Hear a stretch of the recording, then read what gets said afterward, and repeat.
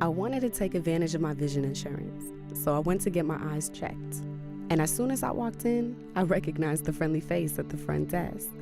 She signed me in, then explained and performed the different eye tests. And I flashed back to the last time we sat at a desk. It was in the 10,000 Degrees office, working on the college application process, like talking through personal statement topics, aiming for a product that's thoughtful and honest, raw yet still polished. We bonded. Now, she's graduated high school and on a pathway to success. On a quest to become a nurse, she's now studying at USF. And when she's not working as lead eye care advisor, she's studying for tests. It can be a challenge always commuting to the city for classes, but she always does her best, and how she pulls it off has always left me so impressed. I look at her and take pride in saying she was once my student. And to think in some small way I played the role of a positive influence, just to get her closer to her dreams. I mean, she's already made so much progress. At only 19, she is the antidote of hope, ready to change the world in a lab coat and stethoscope. She is the future. And the reason I can say the future looks brighter is because working for 10,000 Degrees, I get to see so many students just like her. And in them, I see me. Shattering stereotypes, overcoming overstacked odds, we are fighters with the desire to aspire to become 1 degree. A college graduate that changes the world, I believe.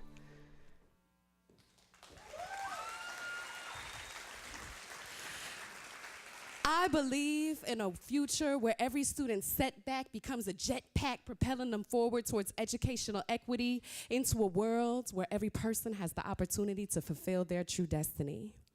Yet, when I think of the vastness of the planet, it's hard to imagine the impact I can make as an individual. I imagine myself as a seed that's been planted, grinding down the petals as paint for my canvas. I just want to be visible. Knowing my presence is power in a political time so pivotal, there's a fire burning inside that's inextinguishable. I used to try and dim the light, thinking it might be a blight, an assault on someone's eyesight. I used to be so shy.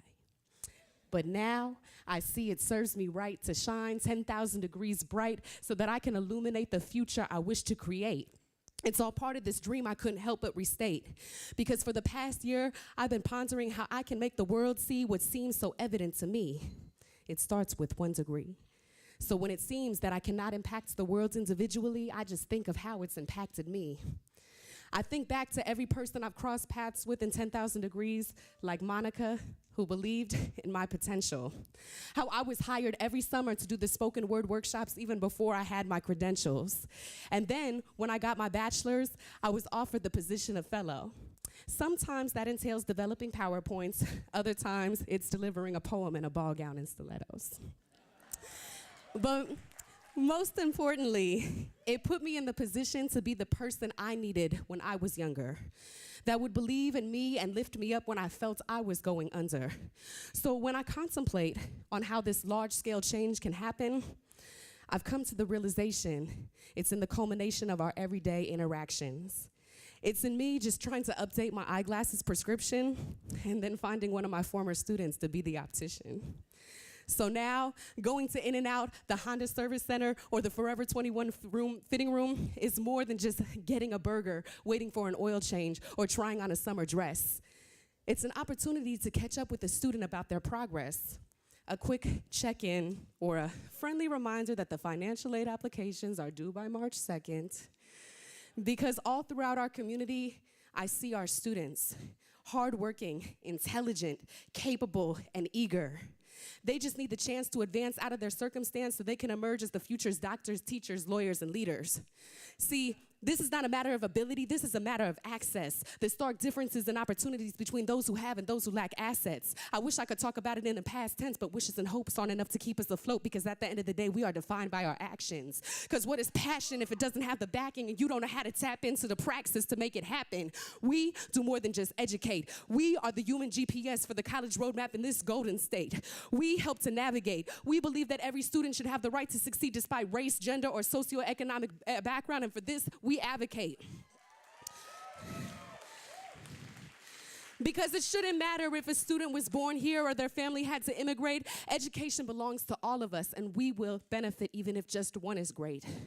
See, I had the opportunity to elevate out of what seemed like fate when neither one of my parents graduated from high school. My degree became the tool to break a cycle, yet now I'm at stake. Our world does not feel safe. Our students are afraid. So how can we slow our pace? We must accelerate.